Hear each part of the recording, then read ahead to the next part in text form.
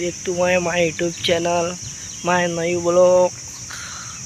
हम गांधीनगर में आए लकड़ी खोलने। ये देखो लकड़ी लेके आ रहा है। ये दो दो इधर ये आगे पक्षी है। इधर लोग आते पक्षी को चीना खिलाने।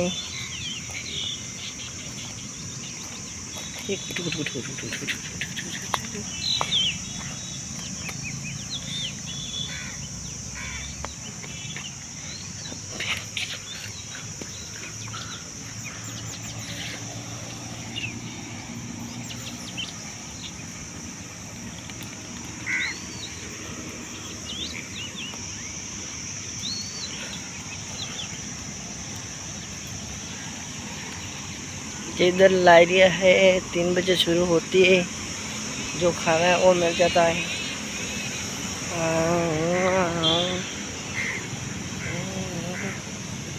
ये लकड़ी लेने आए थे हम जी।